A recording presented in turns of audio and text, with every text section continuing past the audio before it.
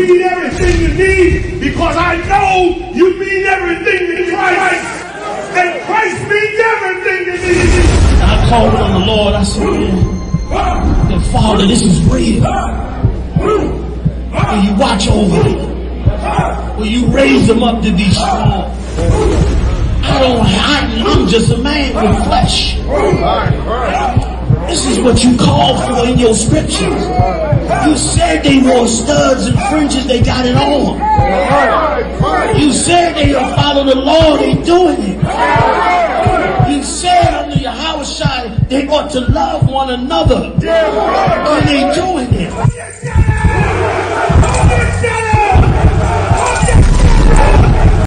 You're in front of the Israeli School, Universal Practical Knowledge, the Philadelphia Division, here at 3226 Cheltenham Avenue in Philadelphia. We're standing in front of the school right now, getting a description of the 12 tribe sign that's been painted by one of the brothers that was in the school: Judah, Benjamin, Levi, Simeon, Zebulun, Ephraim, Manasseh, Gad, Reuben, Naphtali, Asher, and Issachar. Those are the 12 tribes of Israel.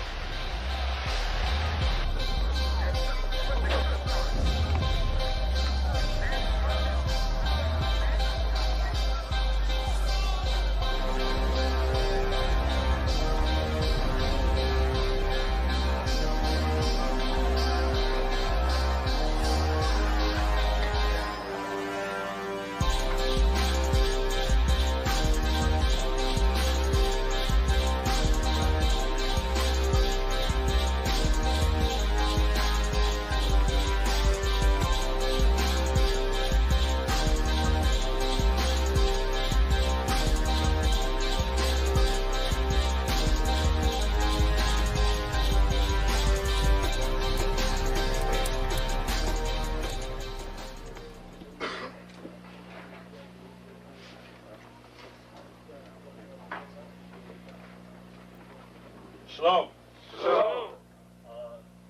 You've been waiting for this day, so this day has finally come. A lot of you have been wondering where this knowledge that you've been hearing is coming from, and the powerful truth that you've been hearing, how this was established. Well, we finally were able to arrange for the priests to come down from New York and spend some time with us. And I'd like to introduce them if I can. These are some great brothers. We're very glad to have them with us. We want to make them feel as warm as possible because this is their work and the extension of their work and what they've laid down some time ago. I'd like to introduce, first of all, priest and Sixth Shield General, 4th in command in the nation of Israel, Lahab. I'd like to salute this brother. Macho. Barak.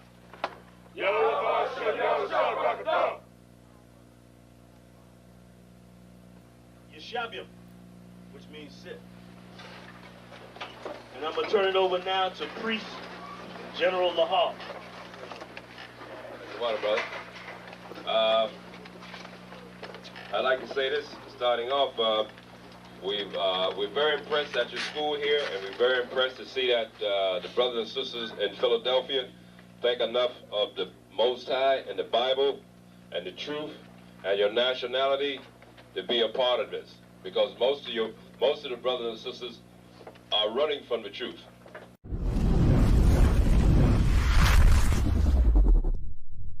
Welcome to ISUBK Detroit. Check us out on all social media platforms. Classes are Monday through Saturday. Monday is the history class from 7 to 9 p.m. Tuesday is scripture breakdown. Wednesday is biblical law class. Friday, Lashawan Kodash, Hebrew language. Saturday, the Sabbath service. Check out our community service program. We have food and clothing drives, helping the people in need. And we also have felony expungement services available. Join us and get involved.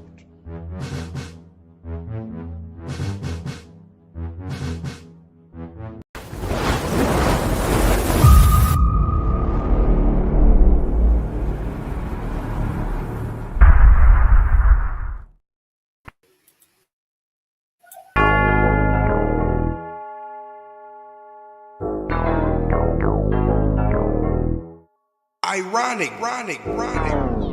You know the truth is the truth, that's all I know.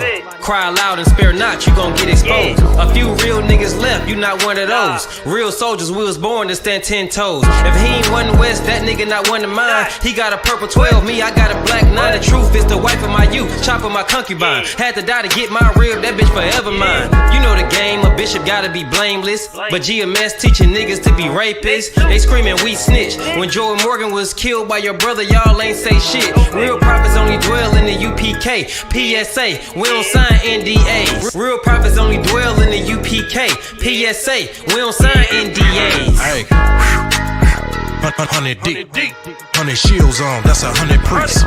100 boots, that's 200 feet. Tongue like a sword when I fucking speak. Teach you how to fish instead of fucking leech. Stop selling drugs instead of trying to fuck with me. Knowledgeable but I'm rude in my fucking speech. Life is about warfare, not no fucking peace. Bitch, I cry loud when I fucking speak. Make them wait a year before they fuck with me. Turn a street nigga to a fucking priest. Cross a priest and I promise you forever sleep.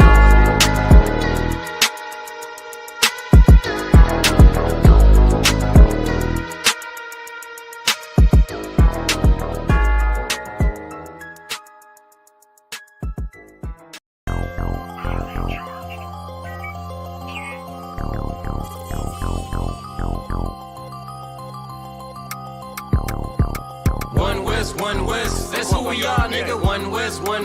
So who is y'all, nigga? One West. We want it all, nigga. That's who we are, nigga. So who is y'all, nigga? One West. That's who we are, nigga. One West. So who is y'all, niggas? One West. We want it all, nigga. That's who we are, nigga. So who is y'all, niggas? UPK soldiers got them killers with me. And I don't fuck with every spot cause it's too iffy. Real motherfucking prophet cause the Lord with me. But don't get that shit twisted, I got Drake's with me. Yeah, bitch, and that whole 50. Run up on me wrong, you gon' catch 60. Wait, you gon' catch 20. The other 30 for your homies, bitch, I got plenty. And I'll shoot this motherfucker till that clip empty.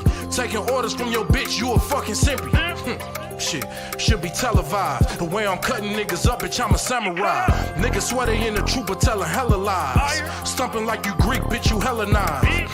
The revolution gon' be televised. And what I see in my vision gon' leave you petrified. One West, that's who we are, nigga. One West.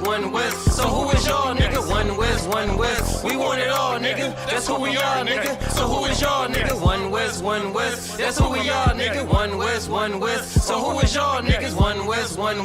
We want it all, nigga. That's who we are, nigga. So who is y'all, niggas? UPK soldiers lead cowards in awe. So fuck a gas stop, I came with 6 pumps in my car. My niggas ready to swing, we like kids at the park. So touch a chair around this bitch and we breaking your jaw. They think we Christian, but we not. Nothing about us is soft. I don't know what you niggas on, but that shit get you off. We booted up. We came to take zones for real. Black 40 under my garment, I be dressed to kill. Fourth dimension sitting linger, I be fresh for real. Putting scripts on your corners, but these here ain't pills. We rock covers. You official if you know those drills. Bread and water, you official if you know those meals. Yeah, you niggas soldiers get rolled over. You got police in your pocket, I got a judge in my holster. Oppressors out to get us, so remain sober. Or be chained to them chains till there's nothing that remains of us. A cult leader like Christ, we got the same culture. I bang on them, tell my enemies the reign's over. I up the cig and keep pulling like a chain smoker. The game ain't changed, One West stayed the same on them. One West, that's who we are, nigga. One West. So who is y'all, nigga? One West. We want it all, nigga. That's who we are, nigga. So who is y'all, nigga? One West.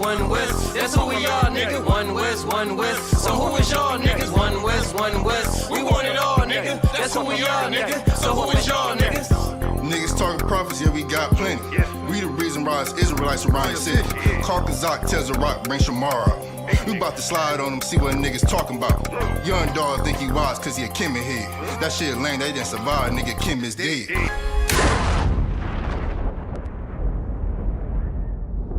Where I'm from, little nigga, is a dirty game. I pledge allegiance to Yahweh, bitch, I'm UPK. Nigga, let's talk bodies.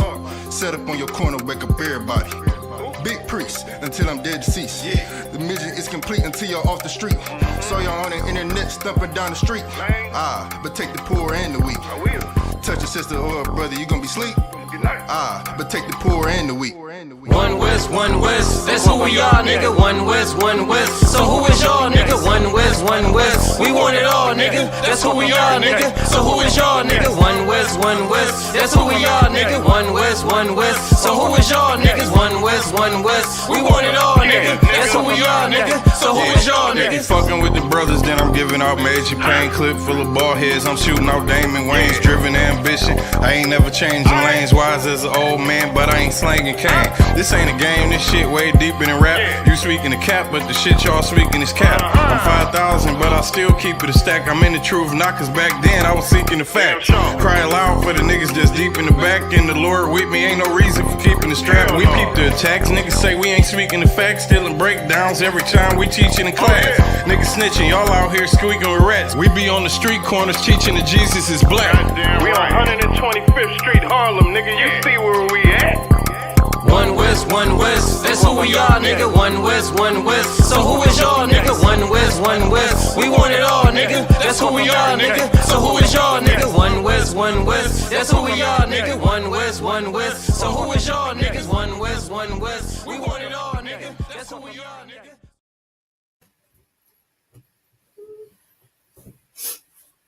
Hey, shalom, Israel. Shalom. Testing 1, 2. Can you hear me? Oh, I can't hear anything you're saying, Abu One.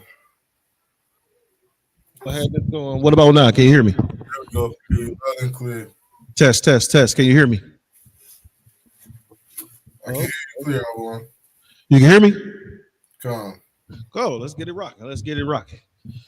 No, I had a brain fart. I thought I turned the microphone on and I turned it off. Come on, you good, Con. All right. Sounds good. Shalom, Israel. And when we say Israel, we talking about blacks, Native Americans, and Hispanics. Right. What we doing today is what we do each and every Monday from 7 to 9. Myself, Officer Ahabawan, and my Lord, my Ottawa, Officer Shirawan, representing Windsor. We're here to teach blacks, Native American, Hispanics who they are according to this Bible. Right? Understand that our organization, under Commander General Yohana, we've been doing this since 1969. Right? That's right. Understand is that if you're not in the ISUPK, you're not in the truth. Please like, share, and subscribe immediately. Let's get them algorithms up. Let's get let's get people viewing it. The more that you like, share, and subscribe, the more that we can reach our people, and the sooner we can get out of this hell. Black man, Native American man, Hispanic man, black woman, Hispanic woman, Native American woman, you are in hell. This is not your heaven. This is not your peace. And this is not your rest. And that's all according to scripture. That's all according to scripture. You got to understand this is that the earth is given to the wicked at this time. The wicked, and look what's going on around you. The wicked is in charge right now. You got an individual in the White House. Think about it. White supremacy in the White House. You think you're a part of that? No. Right in the White House that don't give a flying peach tree about you. They don't care about you, right? We currently are in what is called Black History Month. And in Black History Month, historically, we're supposed to be, commemorating this is where the United States commemorate the doings and the inventions and the movements of so-called black people, right? This is what your oppressor allow you to have, the shortest month of the year. And right in the middle of the shortest month of the year, he say we're going to put President's Day, so he's going to represent himself. In the month that's supposed to be do y'all got like Black History Month over there in Windsor or something like that? Do you celebrate it as commemorate it in February? I don't like to say celebrate. Do you commemorate it in February too? So we have a Black History Month, but they do not talk about anything pertaining to our history here in Canada. They might teach about Martin Luther King and then maybe in the 6th or 7th grade they might bring up Malcolm X, and that is Black history in Canada. If I may, Come. let's see. They didn't start bringing out Malcolm X until I was in high school, right? You know, I might got a few years on you. You can tell by this right here, this white hair on my face. But they didn't start bringing out Malcolm X until I was in high school. I remember when, you know, when Black History was going on when I was in grade school, that, you know, they would bring out Rosa Parks, how she moved to the back of the bus. They would bring out Martin Luther King, how he got spit on and kicked and his ass whooped. You know, he said to be non-violent, and then he sold us out to our oppressor. And then at the end, they never brought out the fact that Marty Marr said, he said, you know, I think I led my people into a burning house. Right. They never brought that fact out. They never brought out the fact that that before that every single one of our movements, so-called Black movements, was really to help them. You know, the NAACP was supposed to be the blackest organization on the planet. Is headed by a white person. Right. Understand this. What was her name? Rachel Dolezal. Rachel Dolezal. She was the white woman that posed as a Black woman. She married a Black man and adopted a Black child. And she, you know, I heard a comedian said she really wanted to be Black. She'd have mortgaged her house for a nigga rap career, like for some studio time. But yeah, I think that was Dave Chappelle. But understand this is that, you know, the NAACP has been ran by a white person for a long time. And what NAACP stands for? It stands for the I think like National Association Advancement of Colored People or something like that. You know, I might get the letters mixed up, right? But so it's supposed to be for the advancement of colored people, right? Right. So it didn't say Black people. It say colored people.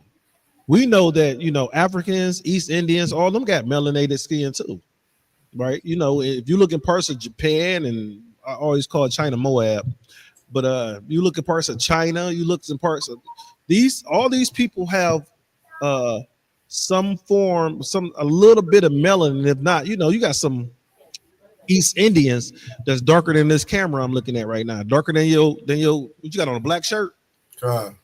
Look, it was an East Indian at one of my old occupations, old jobs, old slaveries. One of my old slaveries, it was an East Indian there, right? And if he didn't say nothing, you wouldn't know, you wouldn't just assume immediately he was East Indian. I immediately known he was East Indian because his last name was Patel. You know, they only got like 7 or 8 last names, right? So, right, I immediately knew, like, this dude East Indian. They said, why you say that? Because his last name Patel, right? I say his last name Patel, he East Indian.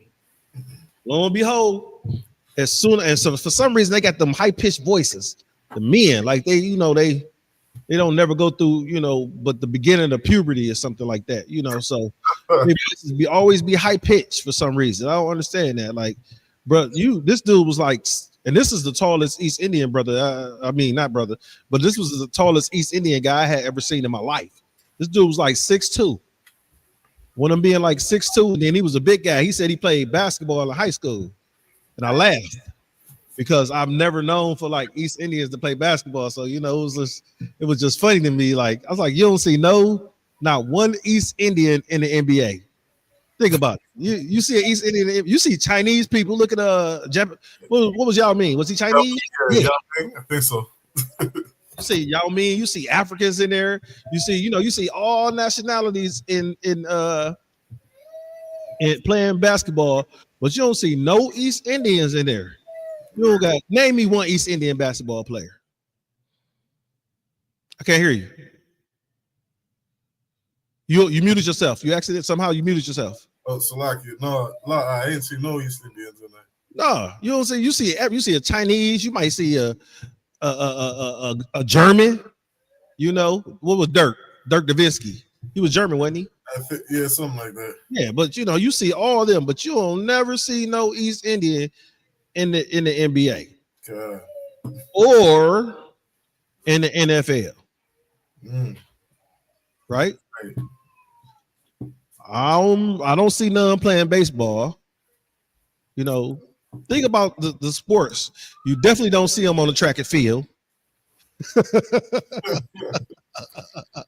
Hey, so brother, you know, understand. Go ahead. Keep going, I'll be right back. Okay. Okay. You gotta understand that the name of this class is Left the Negro League for Them. And with the name of this class being Left the Negro League for Them, we're going to go over some things like what's his name? Robinson, number 42.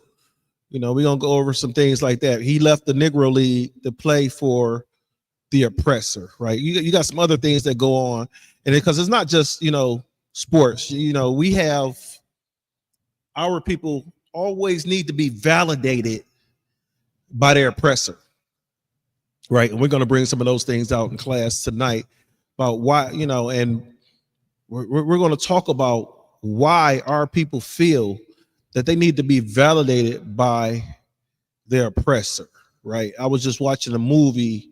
One of my favorite movies is Django. You seen Django, sir?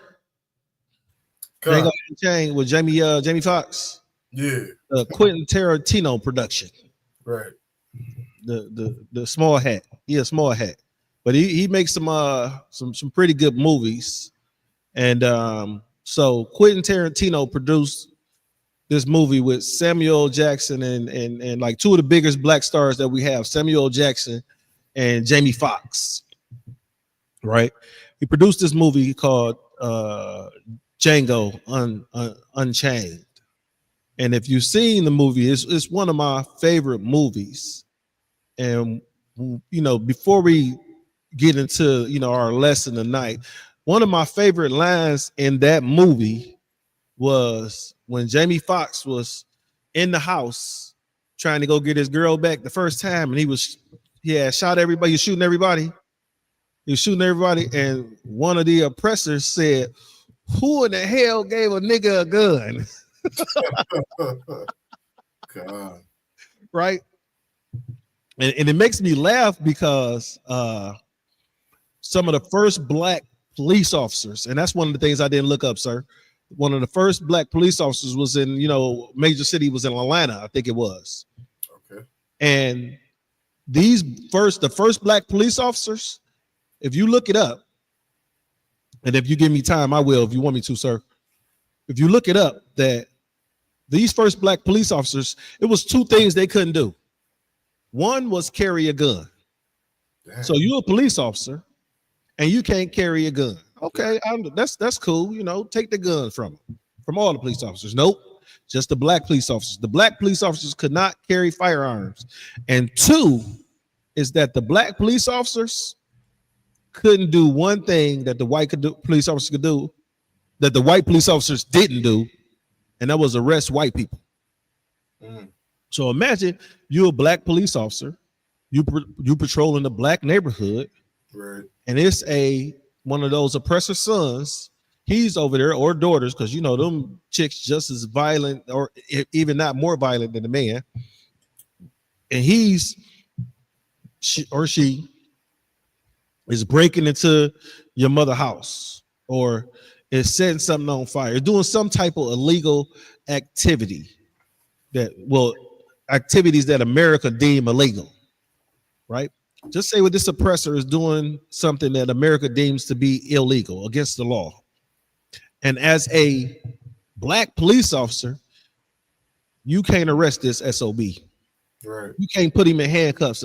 You have to call a white police officer so that he could come and validate what he was doing was all right, and you should leave him alone, because they're not going to arrest him either. Think about it. They're not going to arrest him. But in this movie Django, you know, Django, if you look at the movie, it was really a love story more than you know, a lot of people think it was just Django going around as a bounty hunter and unaliving the oppressor's sons and daughters in order to gain the bounty. Because that's what he said. He said, I get to kill these people and get paid for it. Bet. He was ready.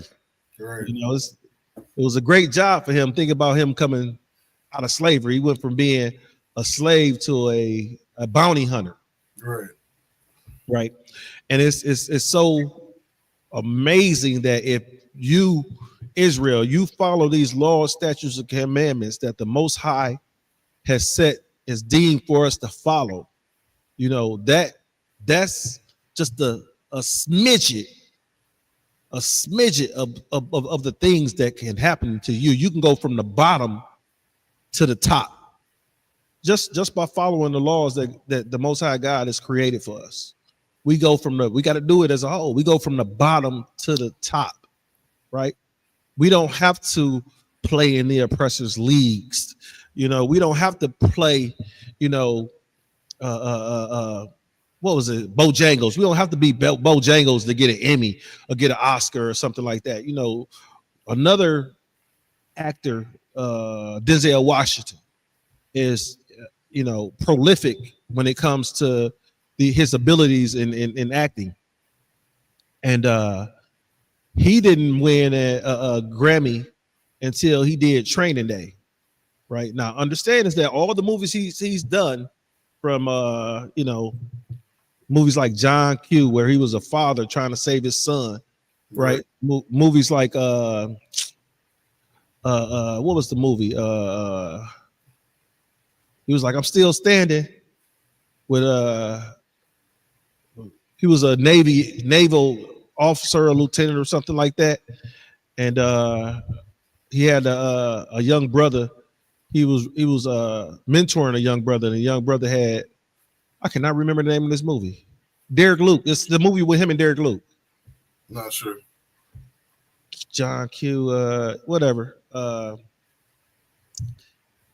Anthony, and I'm gonna remember the movie later on. But you know, he was mentoring a young brother who had a very abusive childhood. You know, he was abused and molested during his childhood, and he had end up coaching him up for him to be reunited with his mother. His mother was Derek Luke in the movie. His mother was a drug addict, and he ended up finding his original family and going back to meet his biological mother.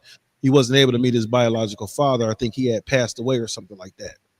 But he's played, like, not to go off subject, but Denzel has played in great movies and played awesome roles, and they never consider him for any of the awards until he played a crooked cop. Right.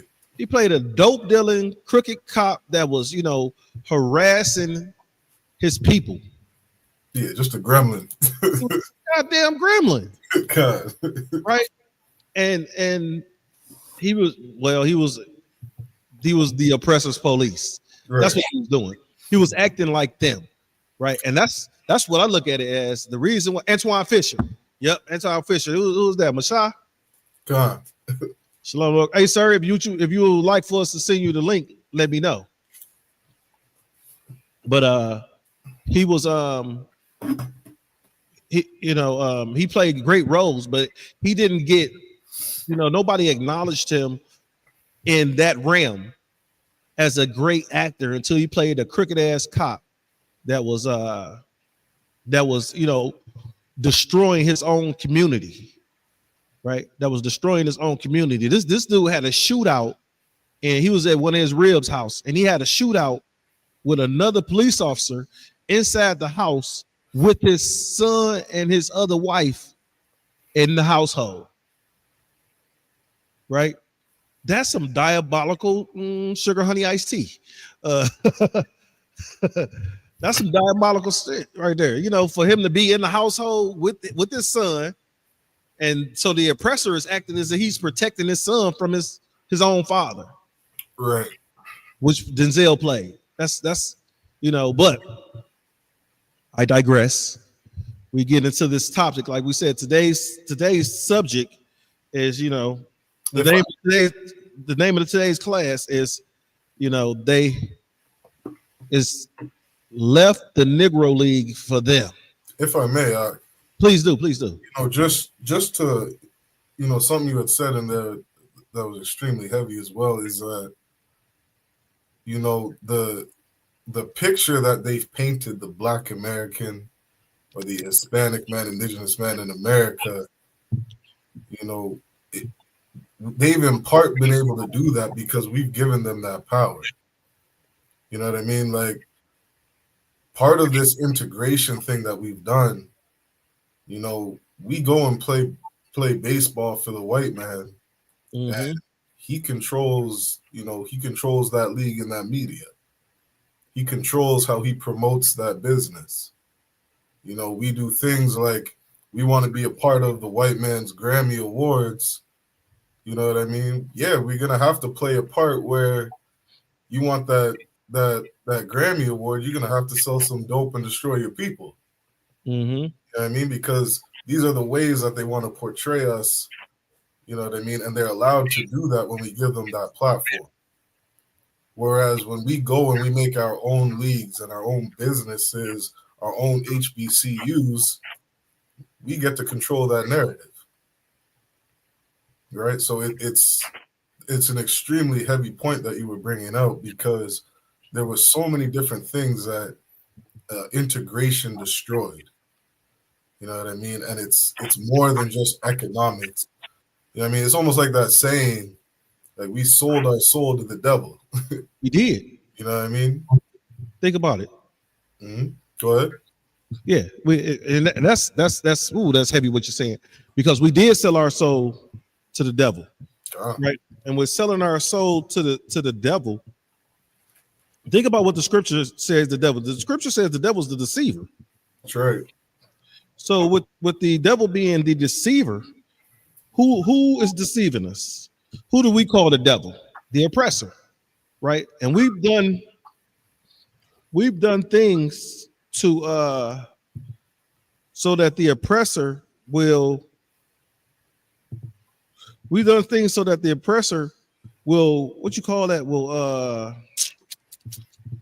acknowledge us.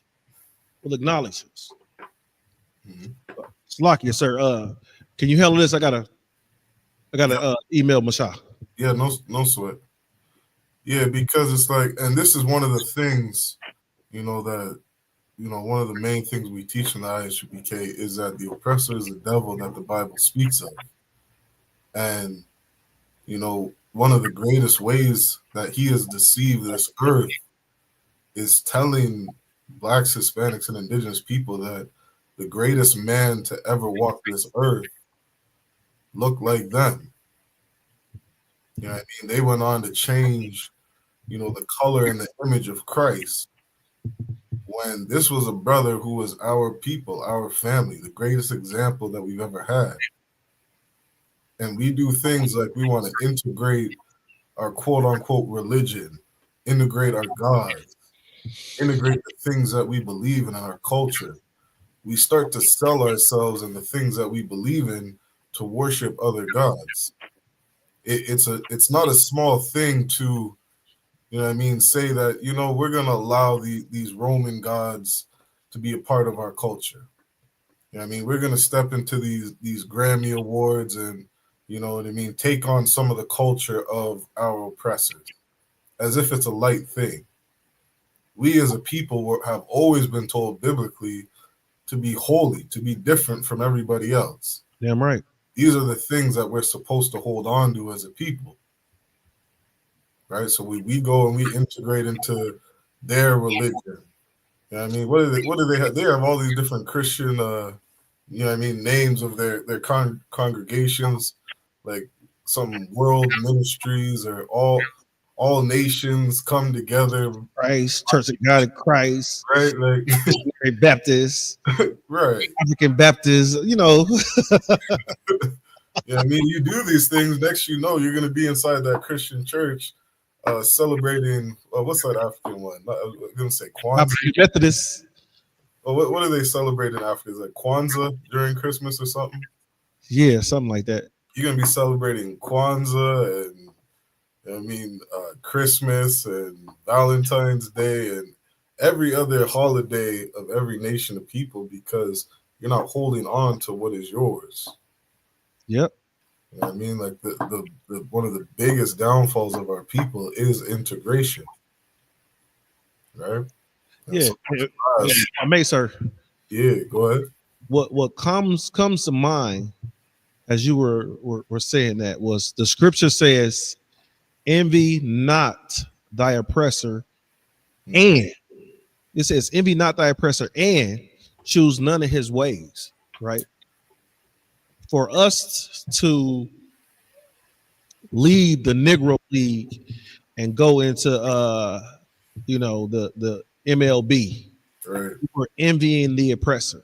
Absolutely. For us to celebrate Christmas and Valentine's Day, we're choosing his ways. We're choosing his ways above our culture, our ways, our power. Absolutely. Which is, our laws, statutes, and commandments. We're choosing the ways of the oppressor over what the Most High God is the path the Most High God has for us, which was to be on top. So instead of being on top and following the law, statutes, and commandments, we're on the bottom trying to be like all the other nations when they're trying to be like us. God. They're trying to be like us. You ever see that Chinese breakdancing? Yeah. So the Chinese, if besides us, Black, Native Americans, and Hispanics, the Chinese may be some of the people most involved in the breakdancing, right? They may be the other nation, because when you seen the breakdancing contest at the what was that, the Olympics? What was that lady from Switzerland? Yeah. Black Native Americans and Hispanics. Shalom, sir. How you doing? Shalom, Christ. Right. So like you got an echo on your side. What was that? The Olympics? It sounds like a television or some people talking in your background. Yeah.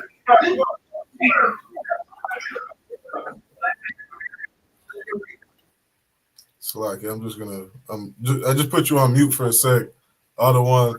But you got a loud echo. It sounds like there's a reverb or something in your background. Yeah, so we have, the greatest culture, the greatest people, right? And we've been like that.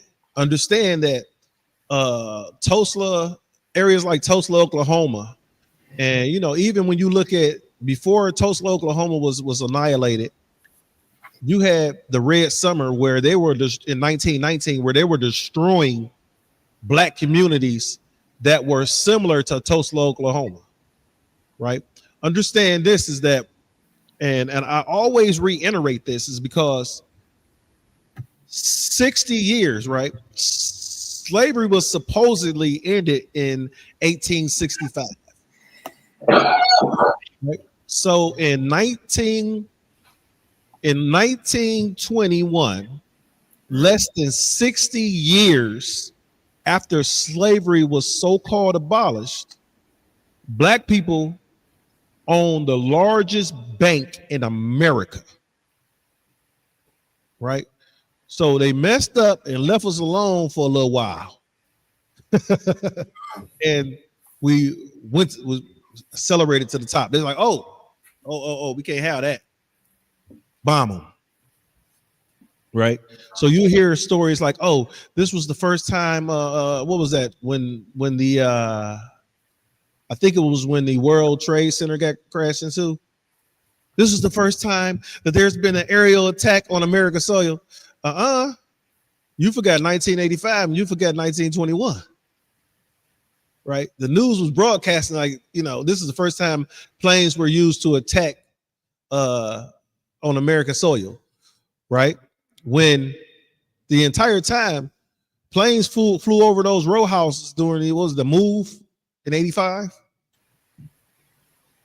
I'm not sure about that. It was in '85 in Philly. We gotta do a class on it. Sure. Right, the row houses in Philly in '85, and then you see that? What is asking to remove UB Clay Cleveland? Yeah, I'm not sure what that was. I'll remove it real quick. Give me a sec. Right, but you know, and to add on to some of the things everyone's saying, like being in that we're above all people on the face of the earth, like that Negro League, you know, one of the reasons it had started to shut down was because we had more fans coming to our games than some of those Major League Baseball teams. Like I know Philadelphia was one of the places where I believe it was Monday nights when they would open their stadium to let one of the Negro League teams play. Mm-hmm. And during that night, we had thousands of more fans come watch us. You know what I mean? They had white people coming, more white people, fans coming to our games supporting our Negro League than were supporting their own league. Damn right. You know what I mean?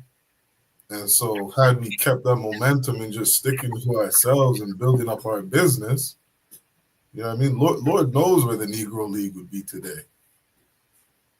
Yeah.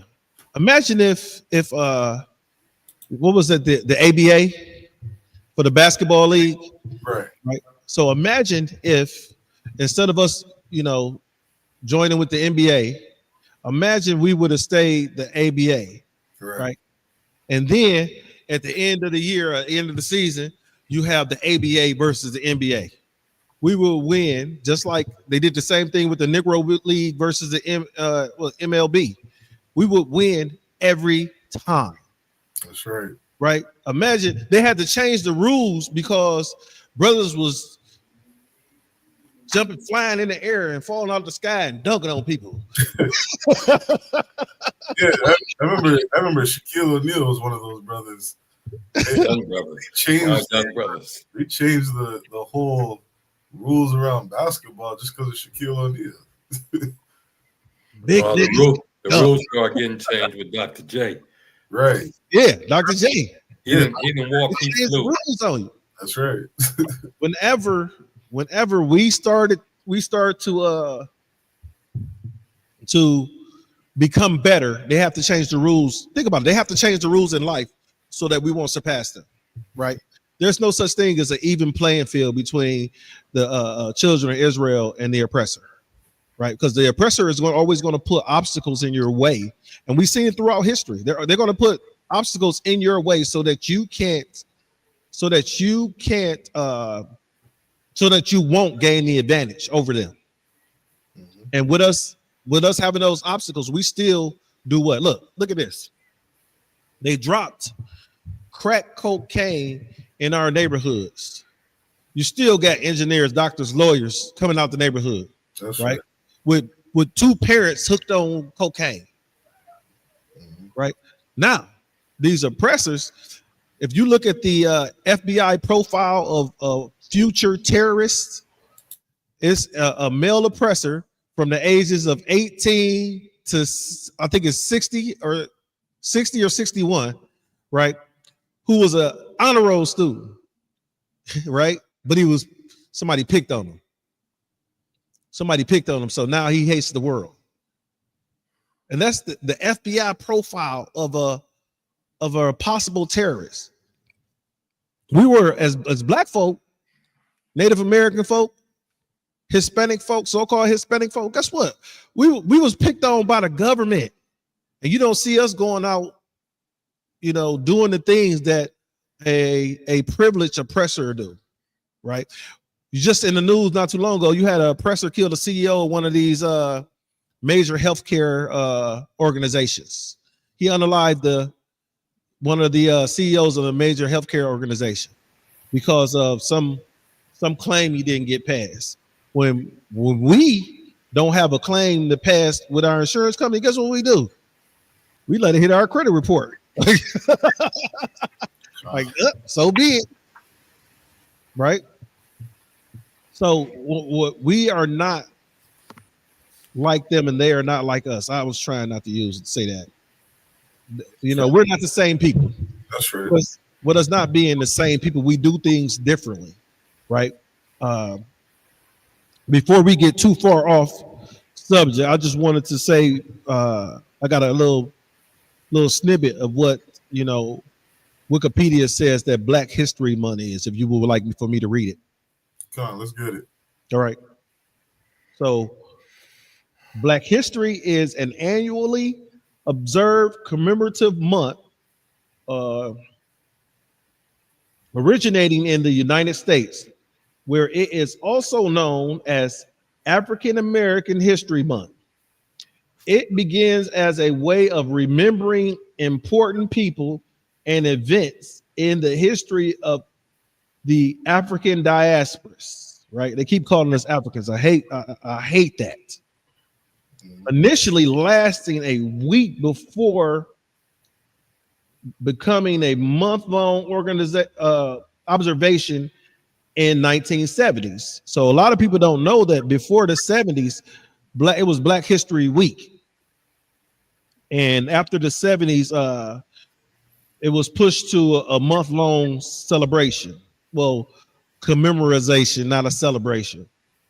It is celebrated in February in the United States and Canada, where it has received official recognition from governments, and more recently also been celebrated in Ireland and the United Kingdoms, where it is observed in October.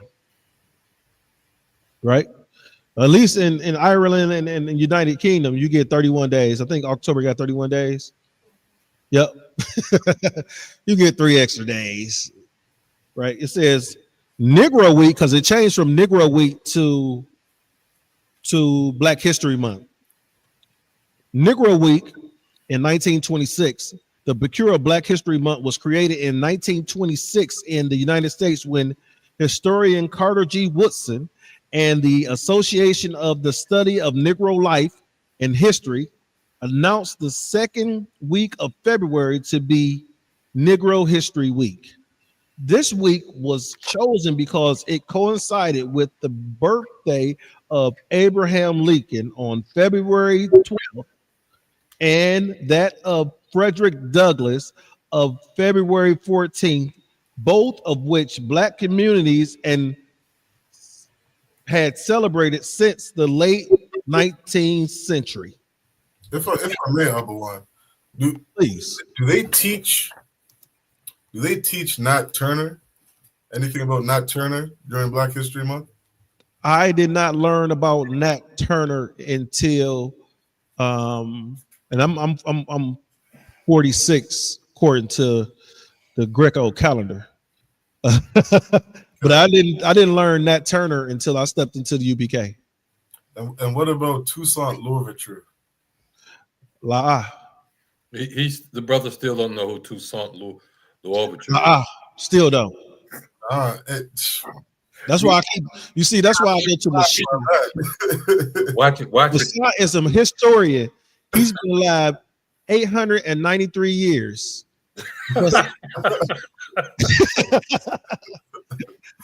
Mashah seen everything. Like when the Lord said, "Let there be light," Mashah was there to turn on the switch. He's like, "Turn on the switch, nigga." No. I'm kind of old, but it's amazing. That's a hell of a question too, Shayuam. No, in the public education school system in Michigan, let's see, they began busing us at the elementary level in 1968. Okay. 1 year before the ISUPK began to do what they were doing. Yeah. And in the schools they bust us. We we had your acceptable Negroes taught during Black History Week, then month, because it was Black History Week at first. And of course, you got the people like Frederick Douglass, Marion McLeod Bethune, Sojourner Truth. Yeah. You heard about the brother of the Tuskegee, George Washington Carver, and the other brother from down there. What's his name? He's the one who got famous for the Tuskegee Airmen. He was running Tuskegee at the time. Though that was you. The other things you might hear me talk about, Dr. Daniel Hale Williams, Ralph Bunch, stuff like that was learned in my home because we lived in an all-Black neighborhood. You understand? We lived in a neighborhood in Inkster, Michigan. Now, a lot of people may not think so, but Inkster at one time was extremely segregated. Extremely, meaning south of Michigan Avenue was us. North of Michigan Avenue was them. You understand? And we finally got across Michigan Avenue in 1968, September of '68, when we were the first students on those buses to integrate the white schools north of Michigan Avenue. And of course, that led to the whole neighborhood running away, and that those neighborhoods now where we were bused to are majority so-called Black now, so-called Black, and so the same thing been out there. We knew about the Harlem Globetrotters before we knew about the LA Lakers. How about that? Come on. We knew about Black baseball players, Black football players, or we learned about them and came up with them. We grew up as they were coming into their superstardom. You understand? OJ was the man. Don't get me wrong. OJ was the man. Right. To this day, brothers my age, you better not say too much about OJ. He ain't OJ, he the juice. Yes, the juice. You know what I'm saying? He was the juice, and he carried Samsonite luggage through the airport and jumped over people. And jumped over. That was one of the first biggest money-wise commercials that Black people participated in. Was that OJ commercial where he was the juice, and he was running Samsonite luggage through the airport. So, like you said, we ain't them.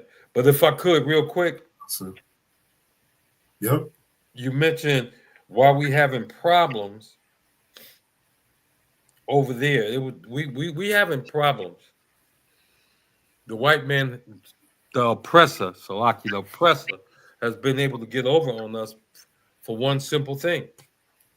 If you could, Abawan, pull Psalms 147, go down to verse 19. And Sharyawam, if you could get Deuteronomy 7 and go to verse 4. John.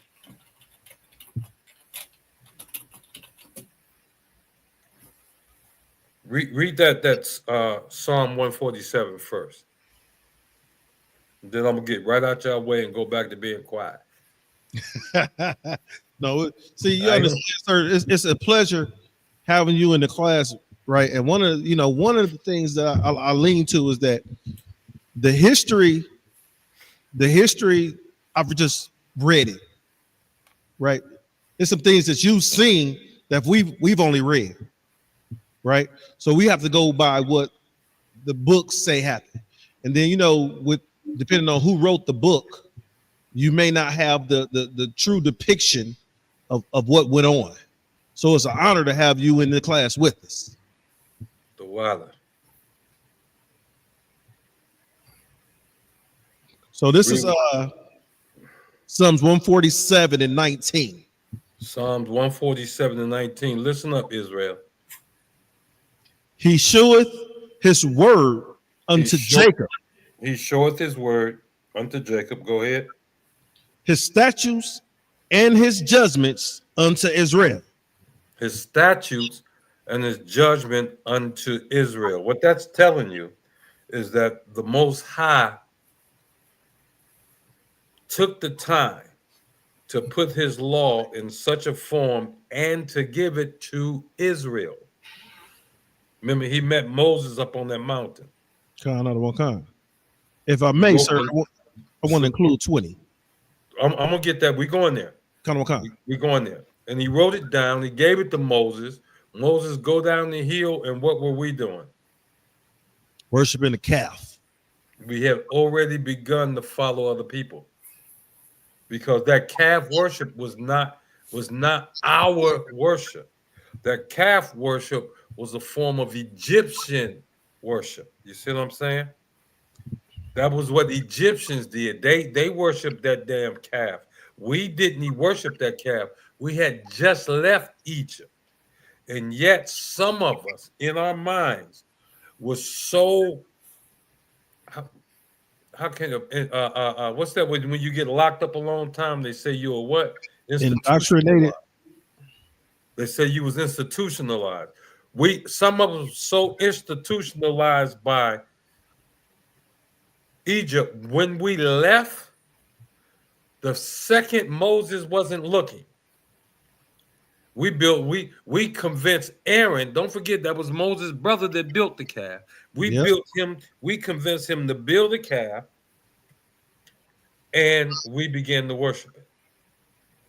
Is that by chance?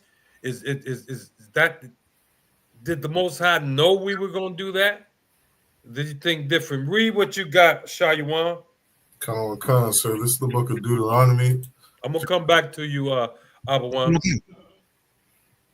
So this is Deuteronomy chapter 7 and verse 4. For they will turn away thy son from following me. Salakia.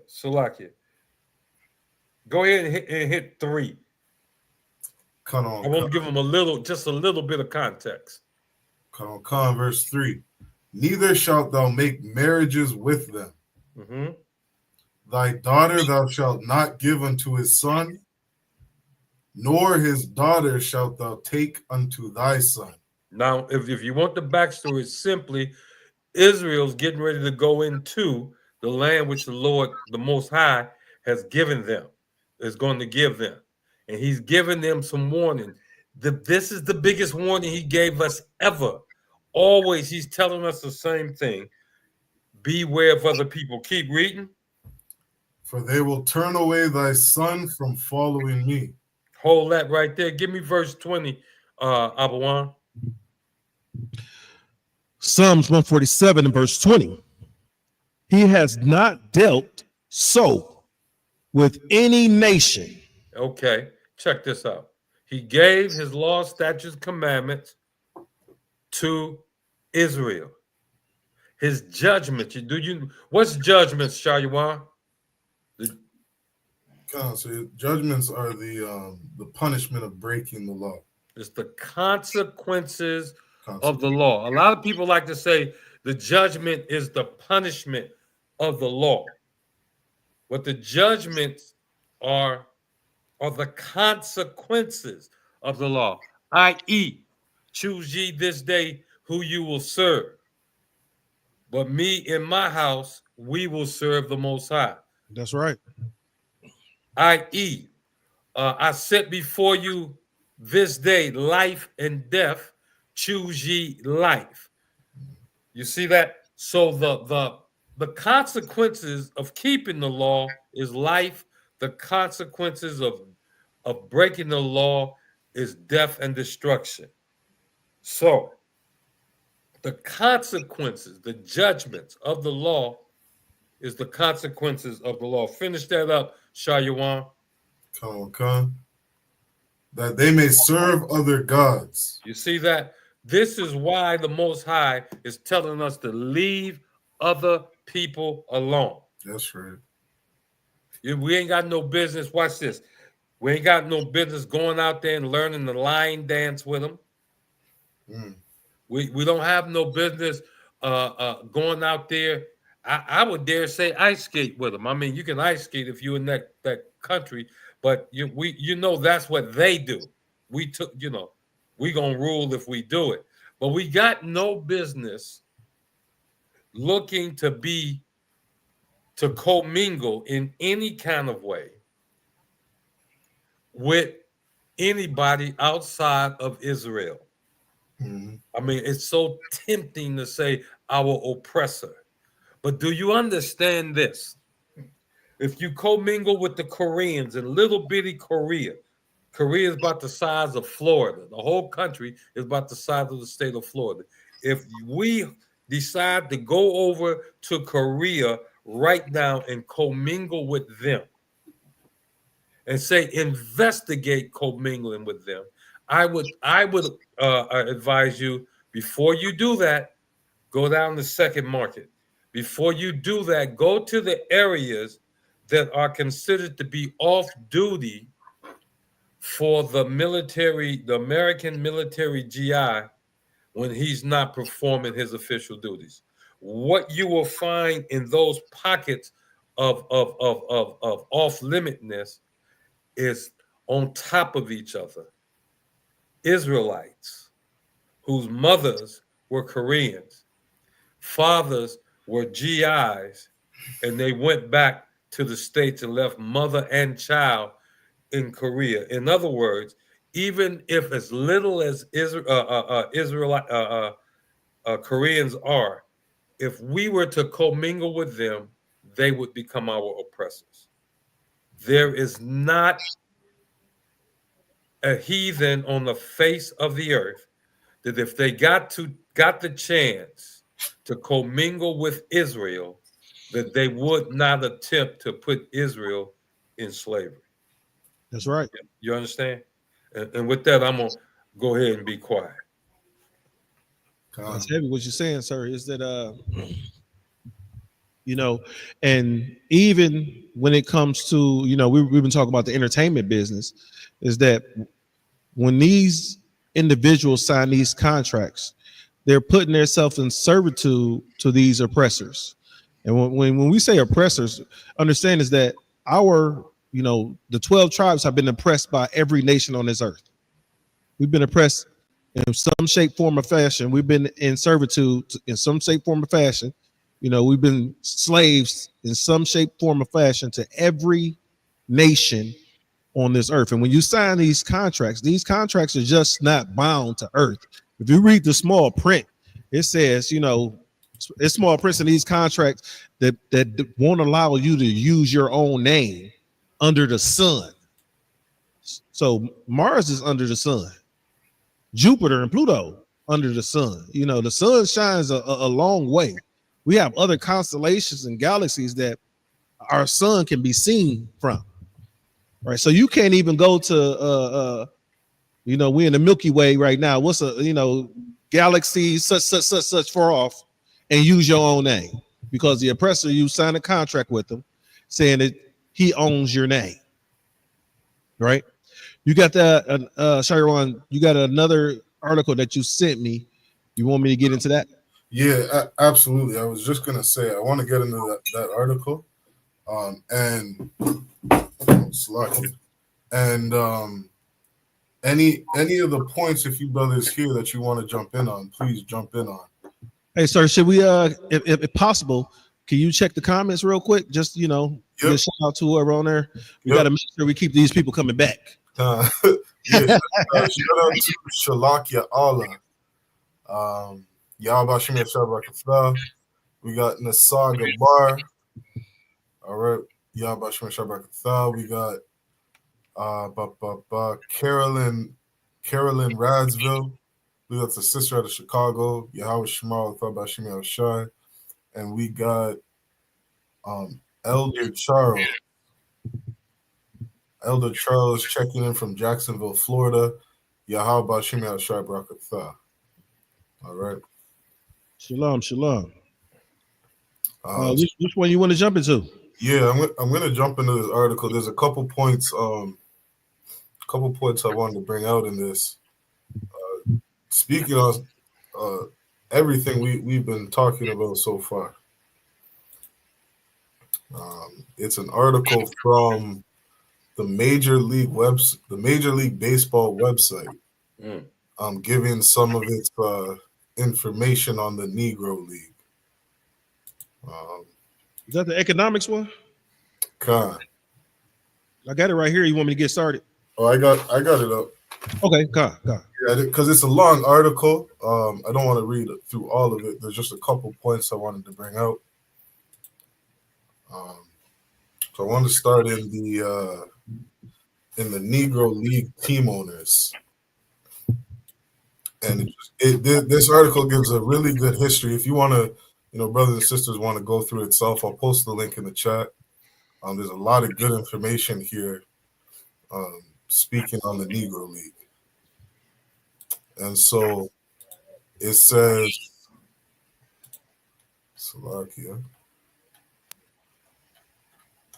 Jump down to right here. So it says the Negro League teams, often owned by African Americans, provided more than an outlet for talented baseball players and an opportunity for fans to enjoy a game.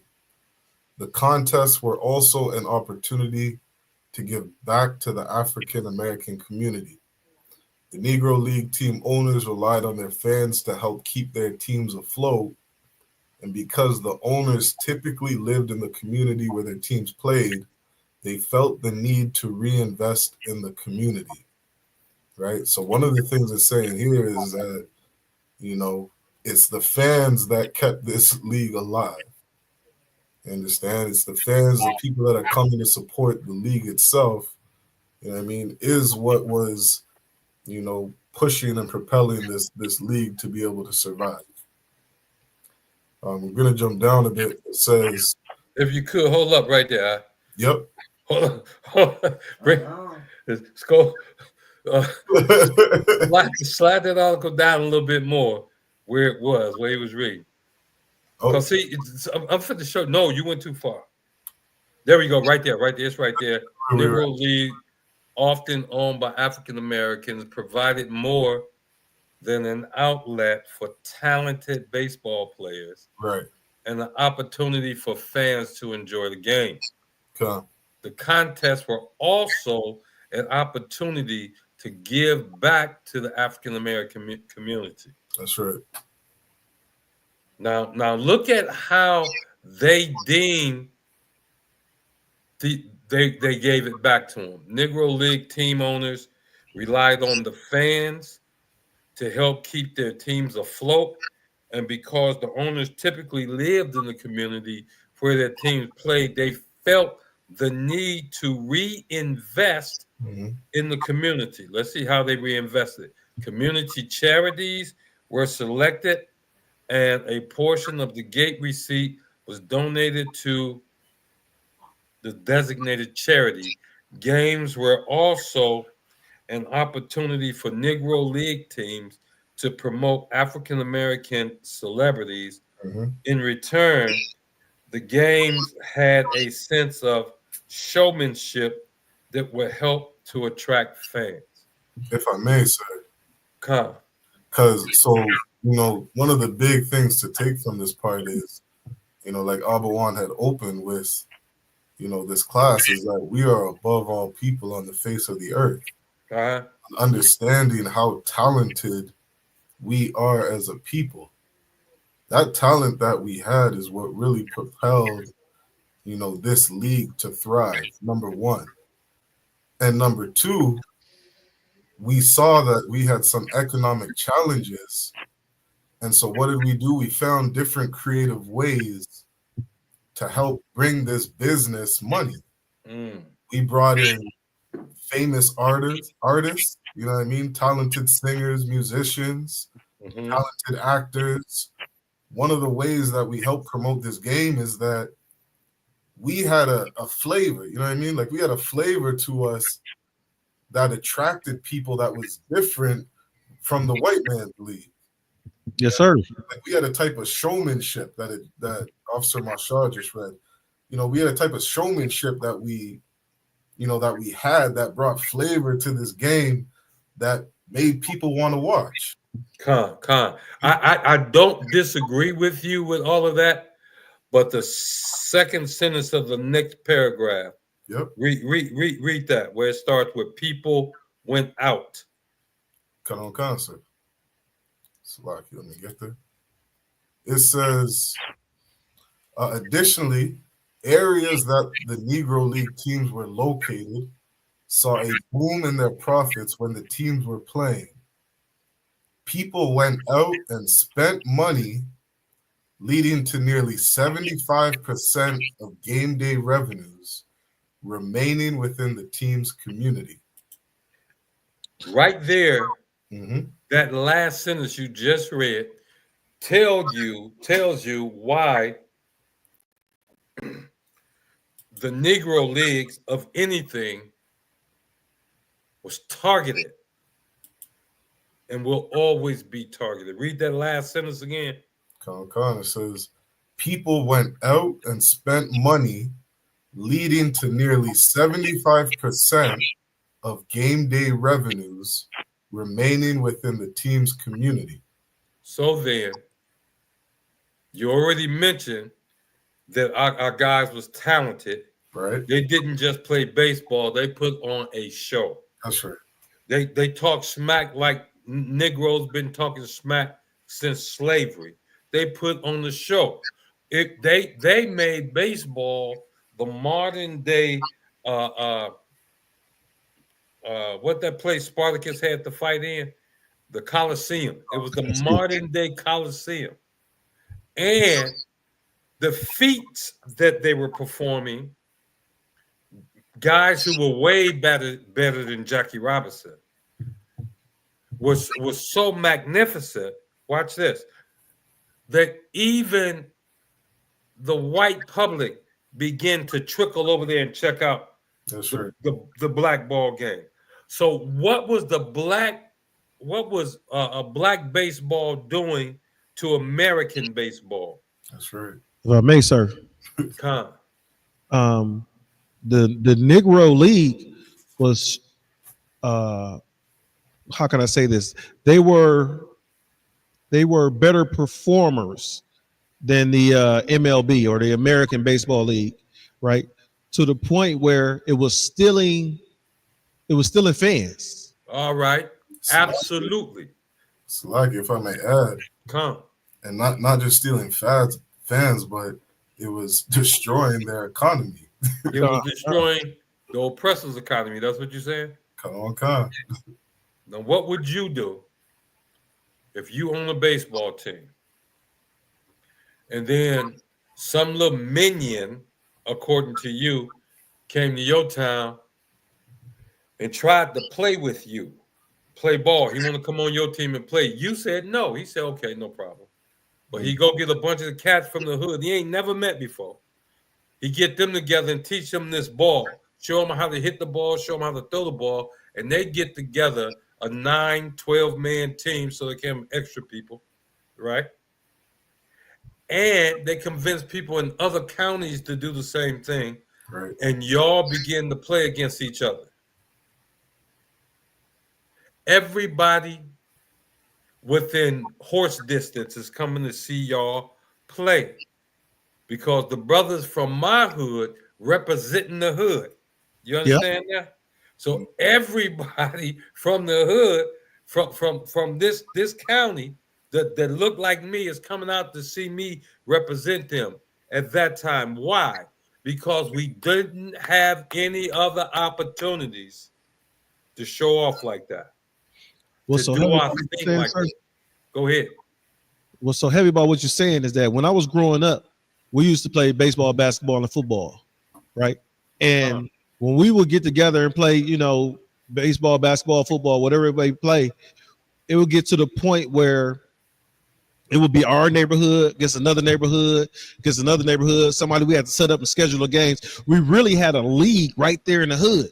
Who didn't do that? And it got to the point where we would meet up at a field at one of these elementary schools or something like that, in their baseball field, either playing football or baseball, and everybody's parents and cousins and grandparents would come out just to see us play against another hood. And we never thought that, oh, we can make some money off of this. If I could, let me he sees every instance where he can make a penny. He said, "Oh, I can grab a penny out of this," and he gonna get it. And let me show you going out. Let me show you how they brought it to today. They brought it all the way up to the day a few years back, and that's when them boys in Harlem, on them courts in Cleveland, courts made it to TV. Ain't that what they call it? What they call it? Rutgers. N1. Is that what they call it? No, you're talking about Rutgers Park, N1. Rucker Park. Mm-hmm. It's brothers that came out, never played college ball, came out of Rutgers, went to the pros. That's right. And when they start right now today, if somebody just start accidentally advertising they're having a tournament in Rutgers Park, first of all, you know it's basketball. Mm-hmm. Second of all, if you are not black, you better be a bad man if you're gonna show up on that court. If you ain't black, you better be white chocolate. You understand? You'll be white chocolate, right? And then guess what? Every vendor around there, whether he has a vendor license or not, is finna get paid this day. Yes, sir. He's gonna get paid. One thing, those 3 a week, Friday, Saturday, Sunday, or 2 a week, Saturday, Sunday, 2 a day, Saturday morning, afternoon, Saturday, Sunday morning, afternoon, it causes revenue to be generated in the community. Why? Because the same people that ran the restaurant, now they loaded their stuff on the back of their car, the back of their truck, the back of their wagon, and drug it down to the baseball field and sold chicken wings at the baseball game. Yes, sir. Sold hot dogs at the baseball game. Had all the beer at the baseball game. And look at here, made sure you can get that bootleg liquor at the baseball game. They had black economics sold up. And by sewing it up, it made made our oppressor decide we're gonna lose our economics if we don't shut them down. So we fell for what? The water is wetter over there, the grass is greener, and the ice is colder. Go ahead, Shayawam. I see you itching. Yeah, something you were saying that that I remember that happened in the NBA was the big thing with Allen Iverson. Okay. For Allen Iverson, I'm pretty sure. I think Allen Iverson was the first brother in the NBA to rock cornrows. Rock what? Cornrows. Braids. You might check Spreewell. They come in the same time. Who came in first? You know what? I'm not sure, but I know Iverson I thought he was known for the tattoos. Oh, it might have been tattoos. It was tattoos because him and Robin was the only people that was rocking tattoos. Yeah, it's like it might have been the tattoos where it started becoming more of like a kind of allowed.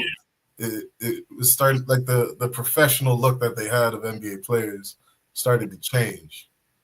And so it was, I remember that. And the other thing was with the N1 that you were bringing up, you started to see a shift in the way brothers carry themselves in the league. You know what I mean? And that those brothers getting recruited into the NBA and stuff like that, like it shifted a lot of the way the game is played in the NBA today. And go ahead, sir. I was going to ask, what did it do for the black communities where these brothers came out of? So what it did was it encouraged brothers to play their game, to play the game the way they enjoyed it. And the league saw that this still brought in revenue because that the NBA they used to look at it as a professional league where we have to carry ourselves in a certain way. We got to carry ourselves and we got to go to games in our suit and tie. Yeah, I was gonna say that. You know what I mean? Like they had a certain what we would call like a white man's look type thing. You know what I mean? We couldn't just be ourselves, have our beards, our braids, whatever it may be. You know what I mean? Because that was looked at as being unprofessional. The style of game that the brothers from Rutgers Park played, that was looked as unprofessional. They call it street basketball. This is street ball. You know, there's a difference between street ball and professional ball. They used to say that there's a difference. Whereas now we see brothers can play this way and still be professional. And not just that, but the fans love it. You know what I mean? And bringing in the style of our own gameplay, it brought a ton of revenue to the league. That's why they didn't say nothing. Because as you start to see the league transform, you know what I mean? You're starting to see the league transform into where brothers are truly, you know, that we're seeing where brothers are the reason people are coming to watch the game. It's like nobody else is jumping out the roof like Jordan. Nobody else is jumping out the roof like our people, and this is what the fans like seeing. Much so today, that's all you see. You just see, I think ESPN is just full of highlights. Brothers dunking on each other, brothers blocking each other, brothers shooting the ball from half court. Because we're so talented as a people, it's like the league had to shift with us. If I may. And they didn't shift. Go ahead, Abawan. You know, we can't leave out the NFL because the NFL was recognized as the no fun league. Remember, it wasn't National Football League; it was the no fun league.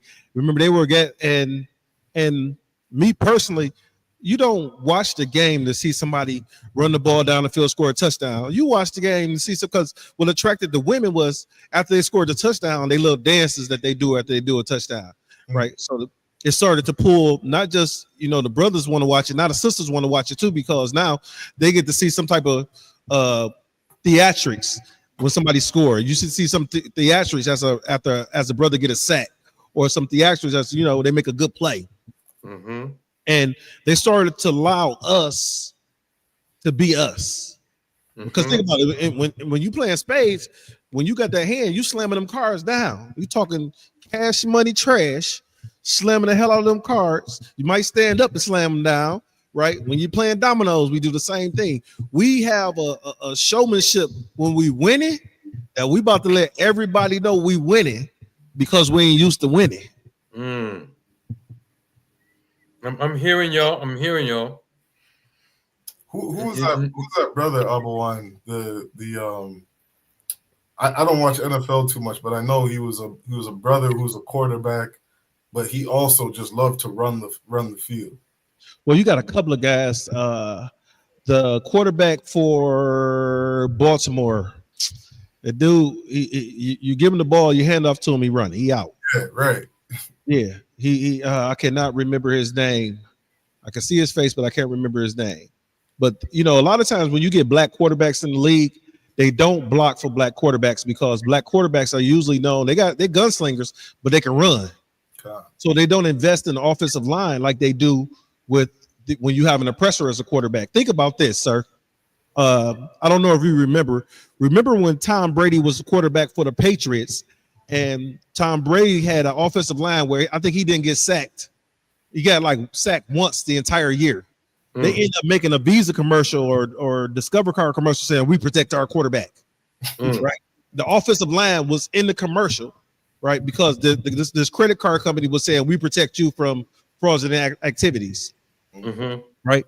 But then you get brothers like Teddy Bridgewater and RG3 who can sling the ball, but they can run it too. Right? The Washington never gave that guy offensive line. Even Cam Newton, as great as he is, he had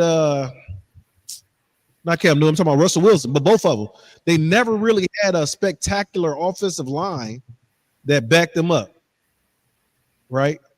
But now we see that when you give one of these, what's the guy for Eagles? You give these guys a good offensive line, and he can run the ball, and he can look what the Super Bowl was like. You got these black quarterbacks. Well, you got 1.5 black quarterback, and who's the half? They have what's his name? The quarterback from Kansas City. The boy in Kansas City. Is that Kodash trying to get in? Let him in. That might be Kodash. I think that's Kodash. They trying to No, get don't let me in. Don't let me in. Don't let him in. Let him in. Don't let him in. No, but you got these guys that once you give them, you block. You give the black quarterback the same advantage that you give an oppressor's quarterback, right, or a white quarterback. You give them the same line, and you see that these black quarterbacks are going to take you to the Super Bowl. Con. If I could, real quick, if I could, can you go up just a little bit where in that article where it say additional areas that the Negro teams were located in? Pull that to the top. Sir. And then right there, con. Okay, and then I'm gonna pick up on the next paragraph. Look at this.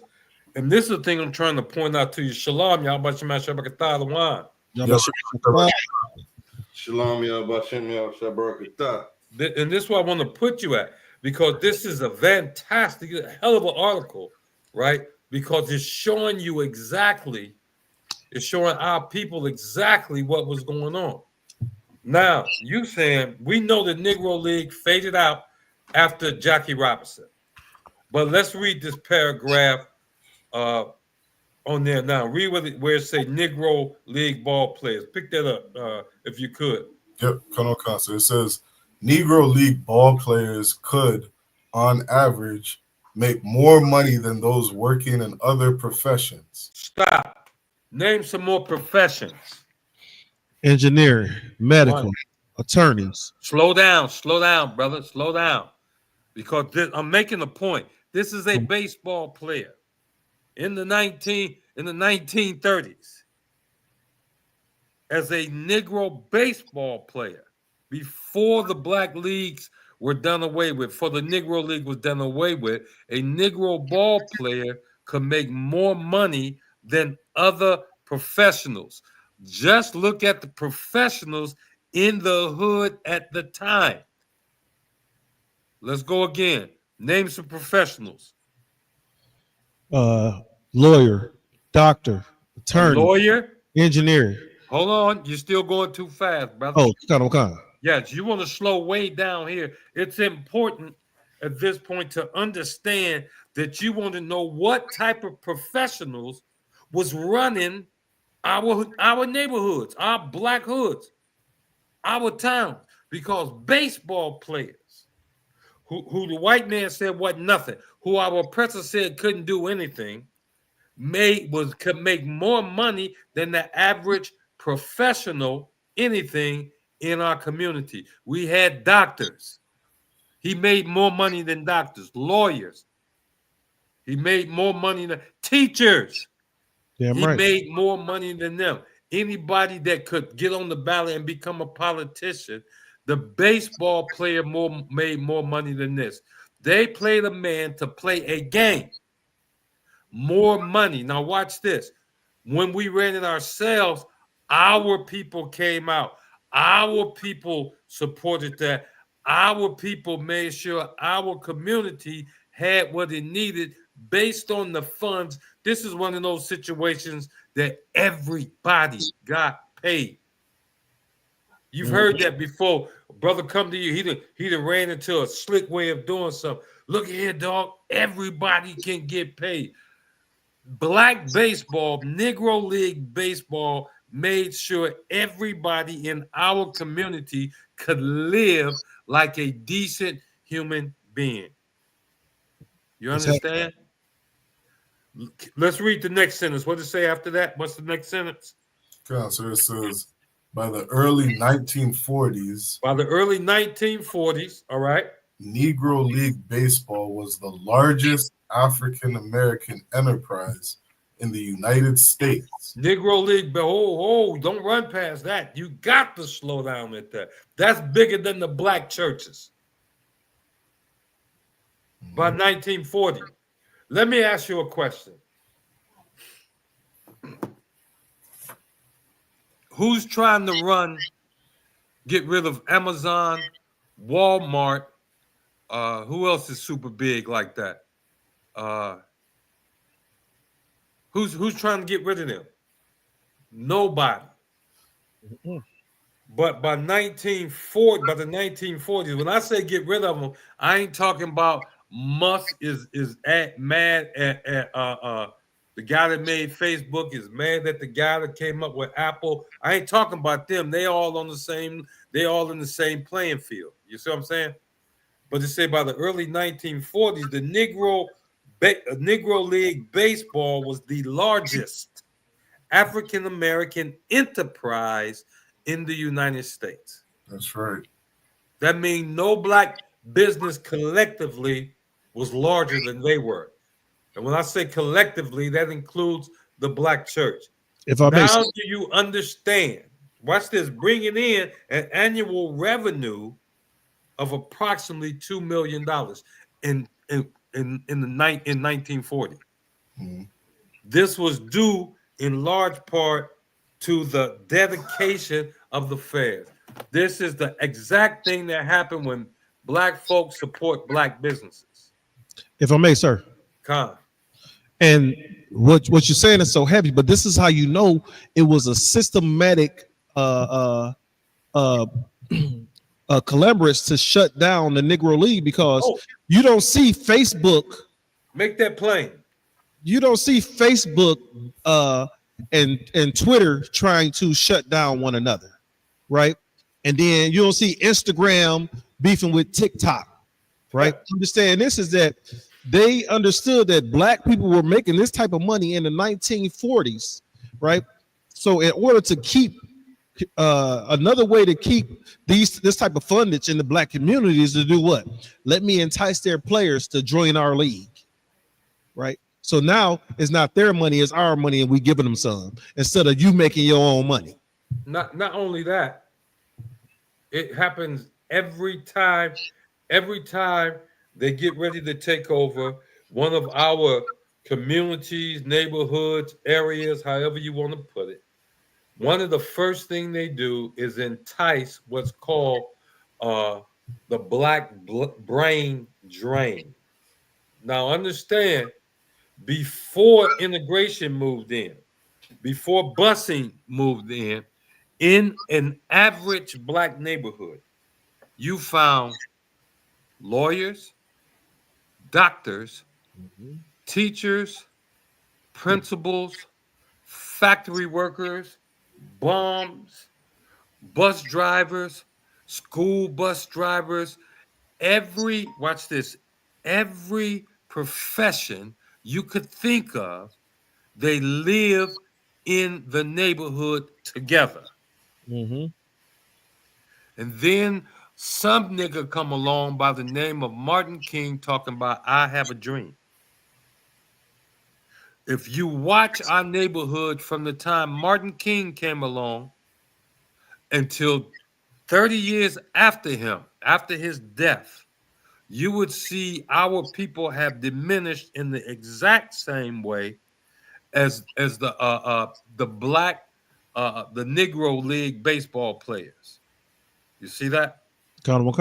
Because we integrated. When we integrated into white baseball, guess what? We could no longer afford to run our own leagues. And if you go back and check the laws in particular states and counties, you may find out that some of them Jim Crow laws were able to be used against startup, ongoing, in any type of football team to make sure they couldn't do business. You see, all of a sudden they don't own the field anymore, but Mr. Bob, 2 counties over on the field, and he said he don't want no baseball playing on the field. So all types of things came against us because, and it comes down to this, we decided we want to integrate with a people that were not our people. And if I may, the crazy part about it is you got to blame Christianity always when it comes to these topics, because Christianity causes delusion. Now, what y'all talking about is biblical economics right here, that where we failed at. If we are the number one commodity in the sports industry and in any source of entertainment, even inventing, then what you have to do is you got to be a world competitor. In order for you to compete in the world market, you got to know the strengths and weaknesses of your competitors. If you was to go own a store and y'all selling mattresses, well, you got to have a Portopedic mattress, and then the other company got the spring mattress. You want the foam mattress, and you sitting up there seeing what is the weakness in his spring mattress, and you come up with a new mattress. With Christianity, is teaching us to ignore the weaknesses of other races of people. So when we end up having a Negro League, what we end up thinking is God loves all. We're all equal, and we might as well join. Everybody can play basketball on the same team. And they get to thinking that they speaking a passionate speech in their head and end up joining the other races of people and end up being at the bottom of the damn baseball league in the NBA.